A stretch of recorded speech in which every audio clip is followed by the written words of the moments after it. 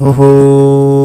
Yaa Muhyiddin kiyyaa maal jedheen si faarsaa hojiin ati hojjatte daraan sababoonsa hangaasaa ajjeesi waan fedhe siif goonaa lakkii ani na ajjeesu saba isaaf dubbata doktora biyyee kanas baay'eedha jaallata jijjiirama biyyaa sawwiidhaan eeggata kanaaf hin ajjeesu rabbiin na gaafata jedhee dide goonni warra mootii ibsu reensaa sana booda maal yoo jettanii harka fuula keessa gaardiirraa kaasanii gara shaafii asanitti achi bobbaasanii yeroo muraasaaf eega bira ture ijoollee gandaa eega ta'uusaa baranii sana booda shakkiin wayii jaratti uumame gurbaan kun iccitii kana dabarsaa kallattiidhaan gara biyyiitti erga kanaaf lubbuusaa dabarsuuf dirqamna jedhanii dabarsanii kunoo har'a nagaan jiraatanii yaa Muhyiddin kiyyaa nusumaan dhaadannaa kakee barbaaduuf garuu ni dirqamna kana keessaa sabni waan baay'ee hubata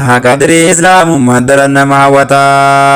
Osoo warra jeetti bitame akka kan kee ta'e silaa gawwana marrumaa maanu rarra'e gaa obboloota warri fagoo dhihoo haqa mucaa kana barbaannu maalo jannataan isaa kanan siisu kaa rabbiin kiyyaa garuu kan duniyaarra ni barbaaddanna jirra yaa ministeera muummee Itoophiyaa kiyyaa daraamaa naasiin jedhaarra haqa isaa barbaadi maaliif teessa nurra maa jalliftee teessaa babbade dubbiini kana caala maali gaafsi yeroo dheeraa.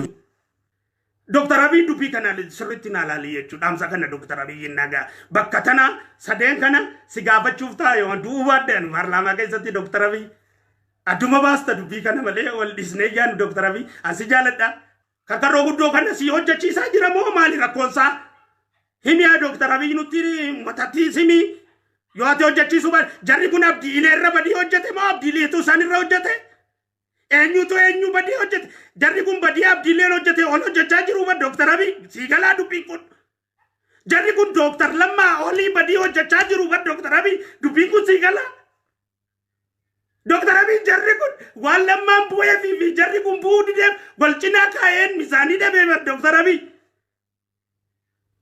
sumaa jechaa jira moo akkamii dubbichi maaf sitti ulfaate Dr. Abiy dubbiin kun lafee laagaa danqarte natta'ee jira akka warra jimmaatti haasawaa jira beeka lubbiin kun dubbichi kun lafee laagaa danqarte natta'ee jira Dr. Abiy